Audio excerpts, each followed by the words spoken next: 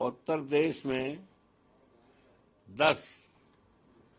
विधानसभाओं पर उपचुनाव होने हैं, जिसमें हमारी सीट जिस पर हम विधायक थे, जनपद अयोध्या की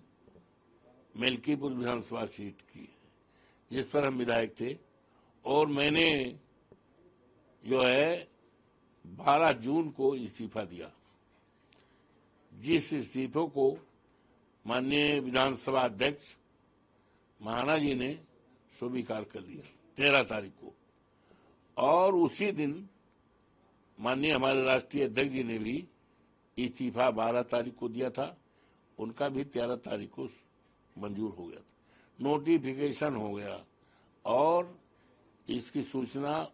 उत्तर प्रदेश के चुनाव आयुक्त को भी और संबंधित जिलाधिकारियों सबको दे दी गई। ये वैकेंट सीट हो गई, और एक सज्जन ने जो हमारे मुकाबले चुनाव हारे थे, उन्होंने रिट दायर कर दिया था, और रिट उस समय इन्फेक्शुअस हो गई जिस समय हम चुनाव जीत गए, और जिस समय सीट वैकेंट हो गई तो रिट इन्फेक्शुअस हो गई।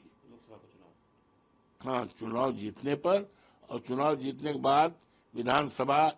मिल्कीपुर से एमएलए का इस्तीफा देने के बाद, विधायक का इस्तीफा देने के बाद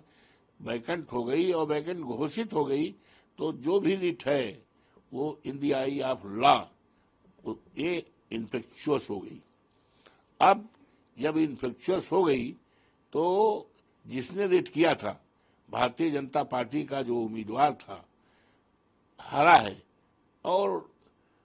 चर्चा है संभावित उम्मीदवार इस बाई इलेक्शन में भी होता, तो उसकी एक मॉरल ड्यूटी थी कि जब मैंने इस्तीफा दे दिया, सीट जो है इन्फेक्शुअस हो गई, और इस्तीफा दिए हुए आज 4 महीने से ज्यादा हो गया, जोड़ लें आप, 13 जून को वो हुआ है, तो जून, जुलाई, अगस्त, सितंबर, अक्टूबर, 4 महीने से ज्यादा हो गया। तो उसका मॉरल ड्यूटी थी कि वो अपना रिट वापस ले लेता। जब ये जाना कि इन्फेक्शस हो गई तो रिट वापस नहीं लिया। अब सुनते हैं रिट वापस ले रहे हैं, तो हमारी तो मॉरल विजय हो गई। और अब क्यों नहीं लिया, उनकी रणनीति है कि डर रहे हैं, ये सीट बड़ी इंपॉर्टेंट सीट हो गई है, इसकी चर्चा जो है बीजेपी के लोगों ने राष्ट्रीय विधानसभा बना दिया है,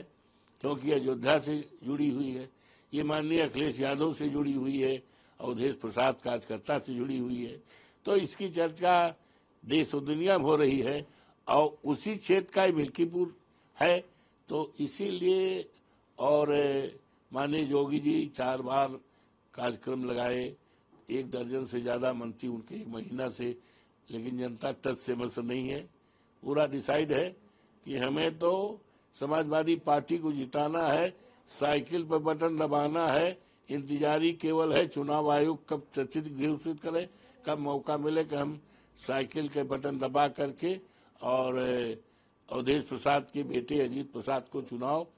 ऐतिहासिक जीत करें, जिससे कि जिस तरह से अवधेश प्रसाद को जिताया तो देश और दुनिया में चर्चा हो रही है, उसी तरह से अजीत प्रसाद को जिताकर एक इतिहास बनाना चाहती है वहां की महान जनता, वहां के देवतुल्य मतदाता। तो ये डर है, इसलिए नहीं किया। और हमारे नेता ने कह ही दिया कल कि जंग जो टाला जंग हारा। माननीय अखिलेश जी ने कह दिया जो जंग टाला वो जंग हारा, तो वो हार गए हैं और हमारी नैतिक जीत हो गई है। निश्चित तौर से आने वाला चुनाव जो होगा बहुत बड़े वोटों से समाजवादी पार्टी जीतेगी। हमारा बेटा अजीत बहुत बड़े वोटों से एक इतिहास कायम करेगा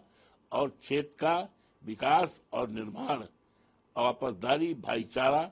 को कायम करेगा। लोगों को के बीच रह करके राजनीति नहीं करेगा, बल्कि सेवा करेगा, क्षेत्र का उत्थान और विकास करेगा और ऊंचाई तक क्षेत्र को पहुंचाएगा। For exclusive and insightful videos, subscribe to our new channel ABP Live Premium.